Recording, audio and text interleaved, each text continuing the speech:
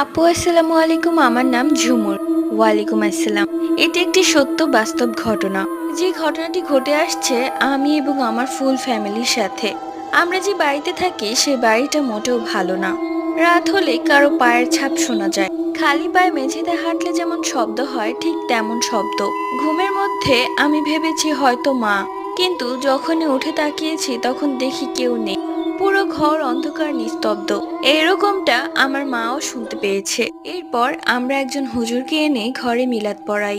এরপরে যেন তাদের অত্যাচার আরো বেড়ে যেতে লাগলো। ঘরের এক একটা জিনিস এক জায়গায় রাখলে সেটা পাওয়া যেত অন্য জায়গায়। একা ঘরে থাকলে তো মনে হতো কেউ যেন সামনাসামনি হাঁটছে।